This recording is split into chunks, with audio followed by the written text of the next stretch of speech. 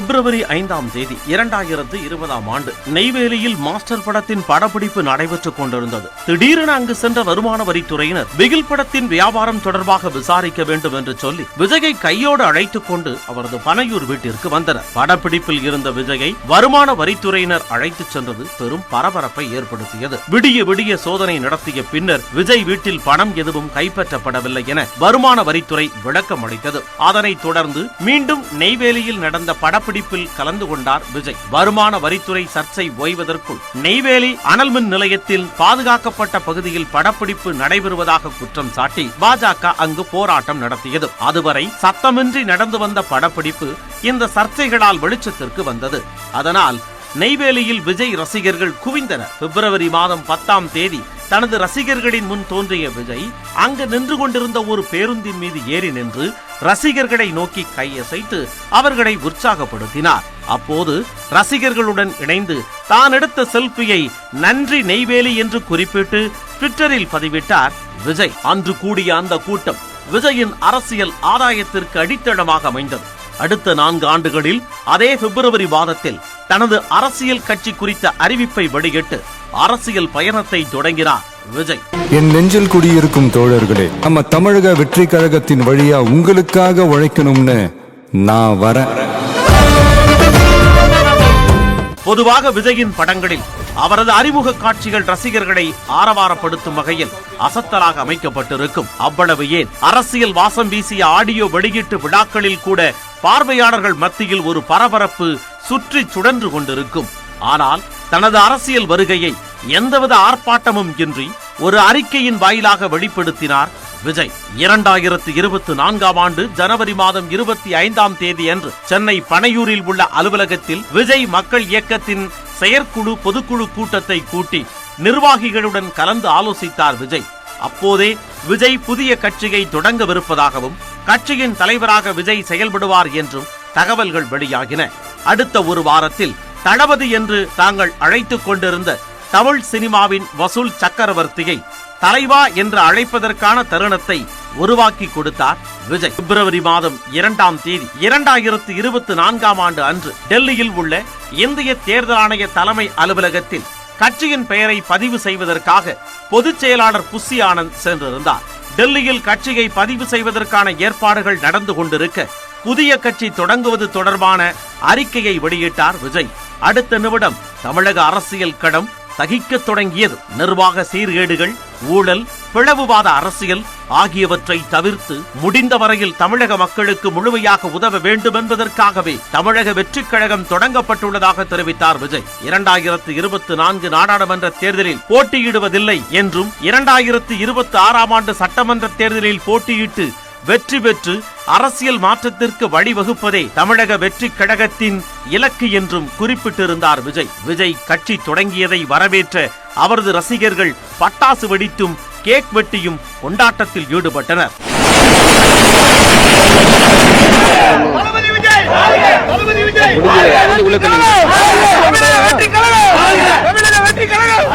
தமிழ்நாட்டு அரசியலில் புதுவரவான விஜய்க்கு தலைவர்கள் பலரும் வாழ்த்து தெரிவித்தனர். வாழ்த்துக்கள் ஒருபுறம் இருக்க மறுபுறம் சர்ச்சைகளும் கொடிகட்ட தொடங்கின. தமிழக வாழ்வுரிமை கட்சிக்கும் தமிழக வெற்றி கழகத்திற்கும் ஆங்கிலத்தில் சுருக்கெடுத்து பெயர் TVK என ஒரே மாதிரியாக இருப்பதால் விஜயின் கட்சியின் பெயரை மாற்றச் சொல்லி தேர்தல் ஆணையத்தில் கேட்போம் என பகீர் கிளப்பினார் தமாக தலைவர் வேல்முருகன். தேர்தல் ஆணையம் ஏன் இதுவரையில் TVK என்கிற பதிவு செய்யப்பட்ட ஒரு கட்சி ஏற்கனவே இருக்கின்ற போது அவர்கள் அப்ளிகேஷன் வாங்கி வெரிஃபிகேஷன் பண்ண உடனேயே ஏற்கனவே தமிழக வாழ்வுரிமை கட்சியின் பதிவு செய்யப்பட்டிருக்கு. அதனுடைய ஆங்கில சுருக்க TVK வருகிறது. அதனால் நீங்கள் வேறு பெயரை ஆலோசித்து கொண்டு வந்து தாருங்கள் என்று அவர்கள் சொல்லியிருக்க வேண்டும். ஆங்கில பெயரில் தானே குழப்பம் என தாவேகா தொண்டர்கள் ஆசுவாசம் அடைந்தவோ தமிழ் பெயரிலும் பிரச்சனை இருப்பதாக சமூக வலைத்தளங்களில் விவாதங்கள் எழுந்தன. வெற்றி கழகம் என்பதற்கு இடையில் ஒற்றெழுத்தான இக் என்பதை சேர்த்துத்தான் எழுத வேண்டும் என பலரும் அறிவுறுத்தினர். அதனை விஜய் ஏற்றுக்கொண்டதாக சொன்ன தாவேகா தரப்பு பிப்ரவரி 18ஆம் தேதியன்று கட்சியின் பெயரில் அதிகாரப்பூர்வமாக இக் எனும் எழுத்தை சேர்த்து குறிப்பிட்டது. கட்சி தொடங்கப்பட்ட நிலையில் அடுத்தடுத்த படிநிலைகளாக கட்சியின் கொடி வடிவமைப்பு பணிகள் தீவிரமாக நடைபெற்று வந்தன. கட்சிக்கு 2 கோடி உறுப்பினர்கள் சேர்க்கை என்கின்ற இலக்கு நிர்ணயிக்கப்பட்டது. அதற்காக உறுப்பினர்கள் சேர்க்கை அணி உருவாக்கப்பட்டது. முதன்முறையாக மகளிர் தலைமையில் அந்த அணி உருவாக்கப்பட்டிருந்தது. மார்ச் மாதம் 8ஆம் தேதியன்று சென்னை பனையூரில் உள்ள கட்சியின் தலைமை அலுவலகத்தில் புதிய உறுப்பினர்கள் சேர்க்கை தொடங்கியது. அதற்காக சிறப்பு செயலி ஒன்றும் உருவாக்கப்பட்டது. அதன் மூலம் முதல் உறுப்பினராக கட்சியில் இணைந்தார் விஜய். இது என்னோட ஐடி கார்டு. தமிழக வெற்றி கழகத்தினுடைய உறுப்பினர் கார்டு நான் எடுத்துட்டேன். பிறப்புக்கும் எல்லா உயிருக்கும் அப்படின்ற ஒரு அடிப்படை சமத்துவ கொள்கையை ஃபாலோ பண்ணி வரப்போகிற சட்டமன்ற தேர்தலை நோக்கி என்னோட பயணத்தில் இணைஞ்சி மக்கள் பணி செய்ய நாங்கள் ஏற்கனவே வெளியிட்ட இந்த கட்சியினுடைய உறுதிமொழியை படிங்க. உங்கள் எல்லாருக்கும் பிடிச்சிருந்ததுன்னா, நீங்கள் எல்லாரும் விருப்பப்பட்டீங்கன்னா ஜாயின் பண்ணுங்க ப்ளீஸ். ரொம்ப ஈஸி தான், ஈஸி டு ஆக்சஸ். தேங்க்யூ, பாய். அந்த காலகட்டத்தில் விஜய் நடிப்பில் கோட் திரைப்படம் உருவாகி கொண்டிருந்தது. ரஷ்யாவில் படப்பிடிப்பில் இருந்த விஜய் ஏப்ரல் 19ஆம் தேதியன்று நடைபெற்ற நாடாளுமன்ற தேர்தலில் வாக்களிப்பதற்காக சென்னை வந்தார். கட்சி தலைவராக முதல் முறையாக ஒரு தேர்தலில் வாக்களித்தார் விஜய்.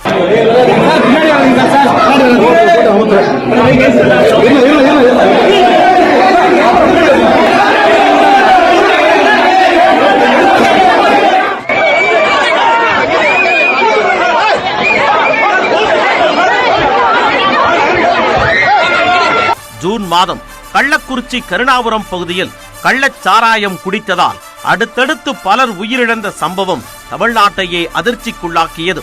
அந்த சம்பவம் தொடர்பாக தனது எக்ஸ் பக்கத்தில் பதிவிட்ட விஜய் பாதிக்கப்பட்டவர்களுக்கு அனுதாபம் தெரிவித்ததோடு அரசையும் சாடினார். கள்ளச்சாராய உயிரிழப்புகள் அரசின் அலட்சியத்தை காட்டுவதாகவும் இனிமேலும் அத்தகைய சம்பவங்கள் நிகழாமல் தடுக்க முன்னெச்சரிக்கை நடவடிக்கைகளை மேற்கொள்ள வேண்டும் என்றும் குறிப்பிட்டிருந்தார். கட்சி தொடங்கிய பின்னர் பெரிதாக பொதுவெளியில் தென்படாத விஜய் ஜூன் 20ஆம் தேதியன்று கள்ளக்குறிச்சிக்கு சென்றார். அங்கு அரசு மருத்துவமனையில் சிகிச்சை பெறுபவர்களை சந்தித்து நலம் விசாரித்த விஜய் பாதிக்கப்பட்டவர்களின் குடும்பங்களுக்கு ஆறுதல் கூறினார்.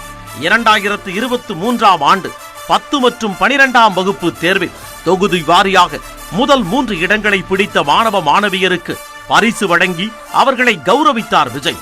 ஒருபுறம் அந்த நிகழ்விற்கு அரசியல் சாயம் பூசப்பட்டாலும் மறுபுறம் அதற்கு நேர்மறையான பாராட்டுகளும் கிடைத்தன. அதனால் 2024ஆம் ஆண்டும் அதே நிகழ்வை நடத்த ஏற்பாடு செய்தது தாவேகா. 2023ஆம் ஆண்டு ஒரே நாளில் விழா நடத்தப்பட்டதால் ஏற்பட்ட அசௌகரியங்களை கருத்தில் கொண்டு 2024ஆம் ஆண்டு ஜூன் மாதம் 28 மற்றும் ஜூலை 3 என 2 நாட்களாக பரிசு வழங்கும் விழா நடத்தப்பட்டது. விழாவில் மாணவ மாணவியர் மத்தியில் பேசிய விஜய், நாட்டில் நல்ல தலைவர்கள் இல்லை என்றும் படித்தவர்கள் அரசியலுக்கு வர வேண்டும் என்றும் பேசியது பேசுபொருளானது. இங்க நமக்கு எது இன்னும் அதிகமா தேவைப்படுது அப்படின்னா நல்ல தலைவர்கள். ஆகஸ்ட் மாதம் 22ஆம் தேதியன்று பனையூரில் உள்ள கட்சி அலுவலகத்தில் கட்சி கொடியையும் கட்சி பாடலையும் அறிமுகம் செய்தார் விஜய். கட்சி கொடியின் இருபுறங்களிலும் சிவப்பு, நடுவில் மஞ்சள் என 2 வண்ணங்கள் இடம்பெற்றிருந்தன. மஞ்சள் நிற பட்டையின் நடுவில் சிவப்பு நிற வட்டம் ஒன்று இடம்பெற்றிருந்தது. அந்த வட்டத்திற்குள் வாகை மலரும் அதனைச் சுற்றி 28 நட்சத்திரங்களும் இருக்கும் வகையில் கொடி வடிவமைக்கப்பட்டிருந்தது. கொடியும் கட்சி பாடலும் அறிமுகம் செய்யப்பட்ட நிலையில் கட்சியின் முதல் மாநில மாநாட்டு தேதி விரைவில் அறிவிக்கப்படும் என்றும் மாநாட்டில் கட்சியின் கொள்கைகள் மற்றும் கட்சி கொடிக்கான விளக்கம் ஆகியவை குறித்து விளக்கப்படும் என்றும் விஜய் தெரிவித்தார். செப்டம்பர் மாதம் பெரியாரின் 146வது பிறந்த நாளை ஒட்டி அறிக்கை வெளியிட்ட விஜய், பெரியார் காட்டிய சமத்துவம், சமூக நீதி, சம உரிமை பாதையில் பயணிக்க உறுதி ஏற்போம் என தெரிவித்திருந்தார். வழக்கமாக தலைவர்களின் பிறந்த நாள் நினைவு நாட்களுக்கு அறிக்கை வெளியிட்டு வந்த விஜய் பெரியார் பிறந்த நாளுக்கு அதிரடியாக ஒரு சம்பவத்தை செய்தார். அன்று பெரியார் திடலுக்குள் நுழைந்த அந்த மாருதி ஸ்விஃப்ட் காரை யாரும் பெரிதாக கண்டுகொள்ளவில்லை. திடீரென அதில் இருந்து விஜய் இறங்க தமிழ்நாட்டு அரசியலில் பரபரப்பு பற்றி கொண்டது. காரில் இருந்து இறங்கியவுடன் கையோடு கொண்டு வந்திருந்த மாலை மற்றும் தாம்பாளத்தட்டை பொதுச் செயலாளர் ஆனந்த் எடுத்து வர முயன்றார். ஆனால் அதனை தடுத்த விஜய் தானே மாலையையும் தட்டையும் எடுத்துக்கொண்டு பெரியாரின் நினைவிடம் நோக்கி நடந்தார். அங்கு பெரியாருக்கு விஜய் மரியாதை செலுத்திய காட்சிகள் அவரை மரியாதையுடன் பார்க்க வைத்தன. மிக எளிமையாக யாரும் அறியாத வண்ணம் ஒரு சாதாரண காரில் வந்திறங்கி தன் கொள்கை தலைவருக்கு விஜய் அஞ்சலி செலுத்திவிட்டு போக அரசியல் கட்சிகளுக்கு வியர்க்க ஆரம்பித்தது. அந்த நிகழ்வும் விஜய்க்கு பாராட்டுக்களையும் விமர்சனங்களையும் பெற்று தந்தது. தந்தை பெரியாரின் திருவுருவச் சிலைக்கு மலர் தூவி மரியாதை செலுத்தி இருப்பது விஜய் விளிம்பு நிலை மக்களுக்கானவர் என்பதையும் அவருக்கு சமத்துவமே இலக்கு என்பதையும் உணர்த்துகிறது என்றார் விசிக தலைவர் திருமாவளவன். அதே சமயம் இப்போதே திராவிட சாயத்தை பூசிக்கொண்டு விட்டார் விஜய். அந்த சாயம் வெளுக்குமா அல்லது சாயத்தை மாற்றிக்கொள்வாரா என்பதை பொறுத்திருந்து பார்ப்போம் என்றார் தமிழிசை சவுந்தரராஜன். இப்படி விஜயின் நடவடிக்கைகள் தமிழக அரசியல் களத்தில் கூர்ந்து கவனிக்கப்பட்டாலும் தாவேகாவின் முதல் மாநில மாநாட்டில் விஜய் என்ன பேச போகிறார் என்பதுதான் மிகப்பெரிய கேள்வியாக இருந்தது. முதலில் செப்டம்பர் மாதம் 23ஆம் தேதி தமிழக வெற்றி கழகத்தின் முதல் மாநில மாநாட்டை நடத்த திட்டமிடப்பட்டிருந்தது. பின்னர் அது அக்டோபர் 27ஆம் தேதிக்கு மாற்றப்பட்டது. விக்கிரவாண்டியில் உள்ள பி சாலையில் நடைபெற்ற தாவேகா முதல் மாநாட்டில் பெரியார், அம்பேத்கர், காமராஜர், வேலு நாச்சியார், அஞ்சலை அம்மாள் ஆகியோரை கொள்கை தலைவர்களாக அறிவித்தார் விஜய். ஒரு பட்டனை அழுத்தி தனது கட்சியின் கொடியை பறக்கவிட்ட விஜய் தனது கன்னி பேச்சிலும் அனல் பறக்க வைத்தார். தனது கட்சியின் கோட்பாடாக பிறப்பொக்கும் எல்லா உயிருக்கும் என்பதை அறிவித்த போதே தனது எதிரி யார் என்பதை அறிவித்து விட்டதாக சொன்னார் விஜய். பிளவுவாத அரசியல் செய்பவர்கள் தாவேகாவின் கொள்கை எதிரி என்றும், பெரியார், அண்ணா பெயரை வைத்துக் கொண்டு தமிழ்நாட்டை சுரண்டும் கூட்டம் அரசியல் எதிரி என்றும் சாடினார் விஜய். பிறப்புக்கும் எல்லா உயிருக்கும்னு திருக்குறளோட உயிர் நாதத்தை நம்மளுடைய அடிப்படை கோட்பாடா கொள்கையை அறிவிச்சப்பவே நம்மளுடைய உண்மையான எதிரி யாருன்னு டிக்ளேர் பண்ணிட்டோம். பிறப்பை வச்சு ஏற்றத்தாழ்வு இல்லவே இல்லை, அது கூடவே கூடாதுன்னு ஒரு சமதர்ம சமத்துவ கொள்கையை கையில எடுத்தப்பவே இங்க கொஞ்சம் கதறல் சத்தம் கேட்க ஆரம்பிச்சது.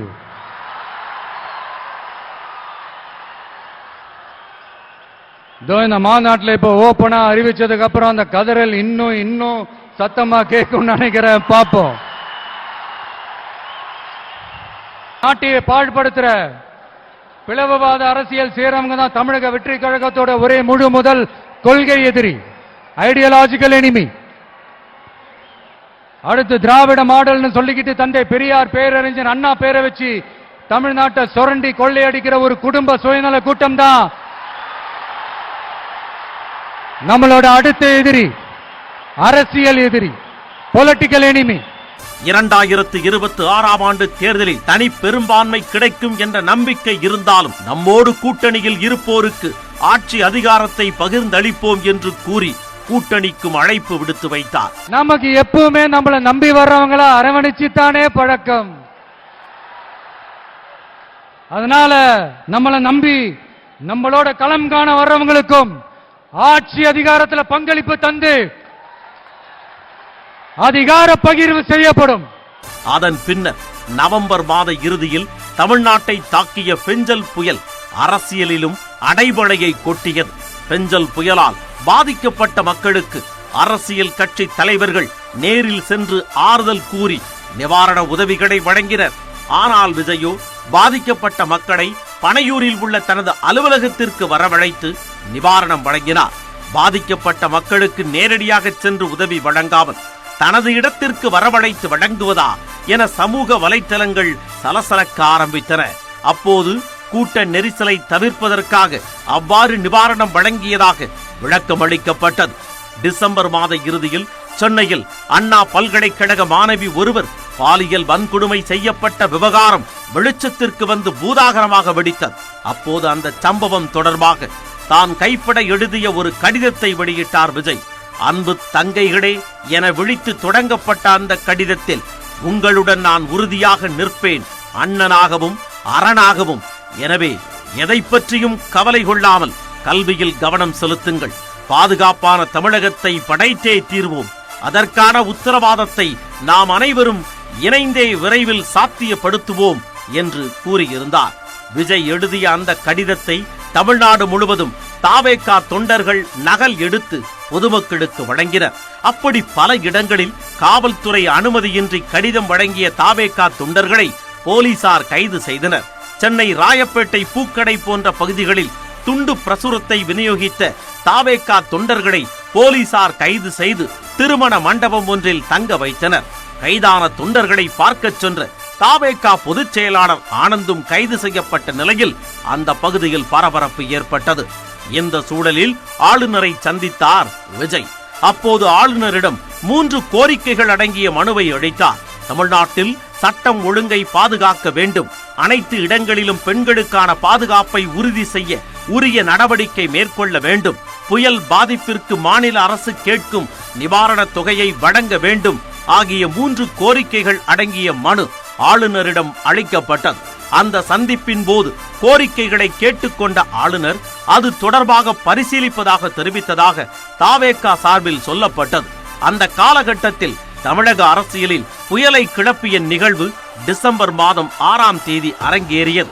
அம்பேத்கர் நினைவு நாளான அன்று எல்லோருக்குமான தலைவர் அம்பேத்கர் என்ற புத்தக வெளியீட்டு விழா சென்னை நந்தம்பாக்கத்தில் உள்ள வர்த்தக மையத்தில் நடைபெற்றது. அந்த நிகழ்வு பற்றி தகவல்கள் வெளிவரத் தொடங்கிய போதே விஜயும் விசிக தலைவர் தொல் திருமாவளவனும் நிகழ்ச்சியில் இணைந்து மேடையை பகிர்ந்து கொள்ளப் போகிறார்கள் என்ற தகவல் பரவியது. ஆனால் அந்த நிகழ்ச்சி அரசியலாக்கப்படுவதை உணர்ந்த திருமாவளவன் அதில் பங்கேற்பதை தவிர்த்து விட்டார். நிகழ்ச்சியில் பேசிய விசிக துணை பொதுச் செயலாளர் ஆதவ் அர்ஜுனா தமிழகத்தில் மன்னராட்சிக்கு இடமில்லை, 2026ஆம் ஆண்டில் மன்னராட்சி ஒழிக்கப்படும் என பேசியது சர்ச்சையை கிளப்பியது. மன்னர் பரம்பரையை உருவாக்க தமிழகம் இனி ஒருபோதும் இடம் தராது. மன்னராட்சி ஒழிக்கப்பட்டது. மன்னர் பரம்பரையை ஒழிப்பதற்கு இன்றைக்கு புரட்சியாளர் அம்பேத்கருடைய சிந்தனைகள் நமக்கு தேவைப்படுகிறது. 2026க்கான தேர்தலுக்கான பணிகள் மன்னர் ஆட்சியை ஒழிக்க வேண்டும். மணிப்பூர் மற்றும் வேங்கை வயல் பிரச்சனைகளை குறிப்பிட்டு பேசிய விஜய் 200 தொகுதிகளை வெல்வோம் என்று இருமாப்புடன் பேசி வரும் உங்களது கூட்டணி கணக்குகளை மக்களே மைனஸ் ஆக்கி விடுவார்கள் என்று திமுகவை கடுமையாக விமர்சித்தார். இங்க நம்ம தமிழ்நாட்டில் வேங்கை வயல்னு ஒரு ஊர்ல என்ன நடந்துச்சுன்னு நம்ம எல்லாருக்குமே தெரியும். சமூக நீதி பேசுற இங்க இருக்கிற அரசு அதுக்கு எந்த விதமான ஒரு நடவடிக்கை எடுத்த மாதிரியே எனக்கு தெரியலையே. இவ்வளவு காலங்கள் தாண்டி, இத்தனை வருஷங்கள் தாண்டி ஒரு துரும்ப கூட கிள்ளி போடலையே. அதுதான் இதெல்லாம் இன்னைக்கு அம்பேத்கர் அவர்கள் இன்னைக்கு பார்த்தாருன்னா வெக்கப்பட்டு தலை குனிஞ்சு போவார்ல. மக்கள் உணர்வுகளை மதிக்க தெரியாத, மக்களுக்கு அடிப்படை சமூக நீதியான பாதுகாப்பை கூட உறுதி செய்ய இயலாத, கூட்டணி கணக்குகளை மட்டுமே நம்பி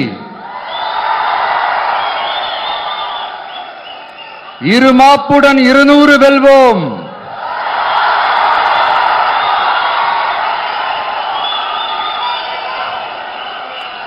என்று எகத்தால முழக்கமிடும் மக்கள் விரோத ஆட்சியாளர்களுக்கு என் மக்களோடு இணைந்து நான் விடுக்கும் எச்சரிக்கை,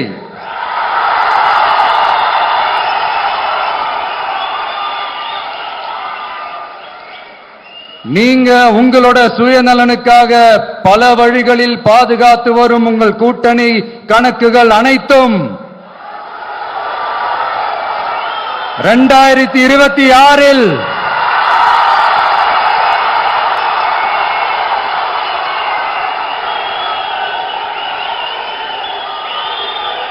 மக்களே மைனஸ் ஆக்கி விடுவார்கள். மக்களே மைனஸ் ஆக்கி விடுவார்கள். மக்களே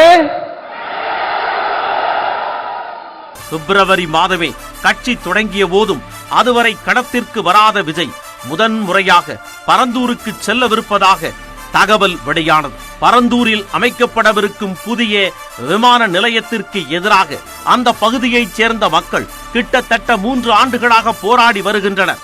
பரந்தூர் போராட்டக் குழுவினரை விஜய் சந்திப்பதற்கான ஏற்பாடுகள் செய்யப்பட்டன. ஜனவரி 19 அல்லது 20ஆம் தேதியன்று ஏகனாபுரத்தில் உள்ள அம்பேத்கர் திடலில் அந்த மக்களை சந்திப்பதற்காக தாவேகாவின் சார்பில் காவல்துறையிடம் அனுமதி கோரப்பட்டது. அதுவரை ஒர்க் ஃப்ரம் ஹோம் அரசியல்வாதி என விமர்சிக்கப்பட்ட விஜய் முதன்முறையாக களத்திற்கு செல்வது பெரும் எதிர்பார்ப்பை ஏற்படுத்தியது. 20ஆம் தேதி நிகழ்ச்சியை நடத்திக் கொள்வதற்கான அனுமதியை வழங்கிய காவல்துறையினர் பரந்தூர் அருகே உள்ள கொடவூர் கிராமத்தில் உள்ள திருமண மண்டபத்தில்தான் சந்திப்பு நடத்த வேண்டும் என்று நிபந்தனை விதித்தனர். உங்களை மாதிரி விவசாயிகளின் காலடி மண்ணை தொட்டு கும்பிட்டுத்தான் என்னுடைய பயணத்தை தொடங்க வேண்டும் என்று ஒரு முடிவோடு இருந்தேன். அதற்கு சரியான இடம் இதுதான் என்று தோன்றியது. என்னுடைய கள அரசியல் இங்கிருந்துதான் தொடங்குகிறது என சூளுரைத்தார் விஜய்.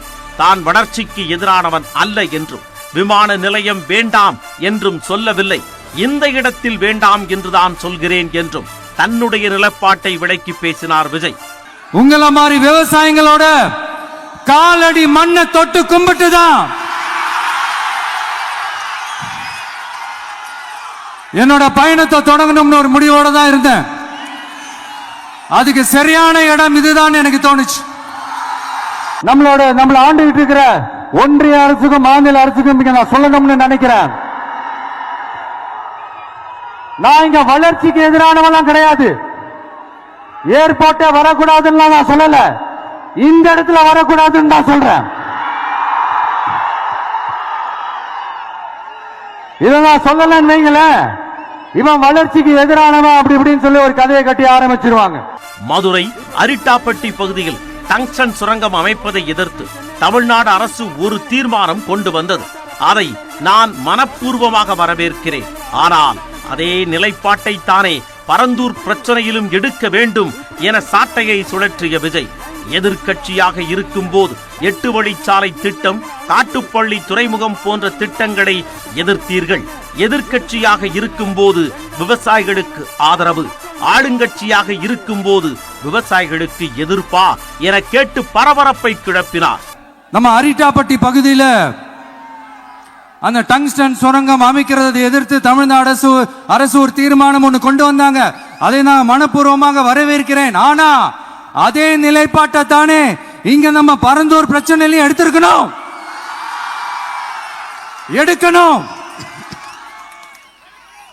எப்படி அரிட்டாப்பட்டி பகுதி மக்கள் நம்ம மக்களோ அதே மாதிரி தானே பரந்தூர் மக்களும் நம்ம மக்கள். அப்படித்தானே ஒரு அரசாங்கம் யோசிக்கணும். ஆனா அப்படி செய்யலையே. ஏன் செய்யல? ஏன்னா இந்த விமான நிலையத்தையும் தாண்டி இந்த திட்டத்தில் அவங்களுக்கு ஏதோ ஒரு லாபம் இருக்குது.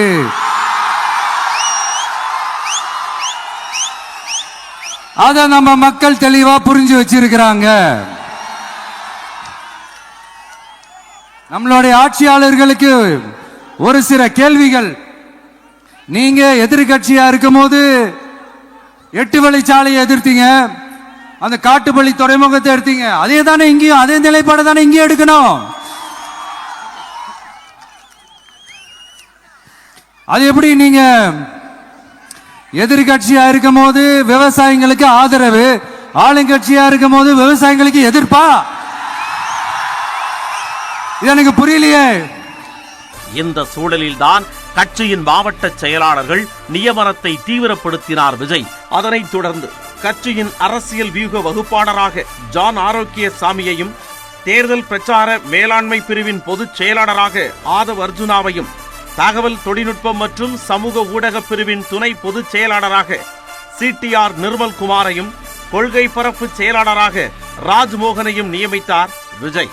இப்படி பரபரப்புக்கும் சர்ச்சைகளுக்கும் நடுவே 2ஆம் ஆண்டை எட்டி பிடித்திருக்கிறது தமிழக வெற்றி கழகம். 2026ஆம் ஆண்டு தேர்தலுக்கு இன்னும் சில மாதங்களே இருக்கும் நிலையில் கட்சி கட்டமைப்பிலும் களப்பணிகளிலும் கவனம் செலுத்த வேண்டிய கட்டாயம் தாவேகாவுக்கு இருக்கிறது. எஞ்சியிருக்கும் இந்த ஓராண்டே 2026ஆம் ஆண்டு தேர்தலில் தாவேகாவின் இடத்தை தீர்மானிப்பதாக இருக்கிறது. என் நெஞ்சில் குடியிருக்கும் தோழர்களே, நம்ம தமிழக வெற்றி கழகத்தின் வழியா உங்களுக்காக உழைக்கணும்னு நான் வரேன்.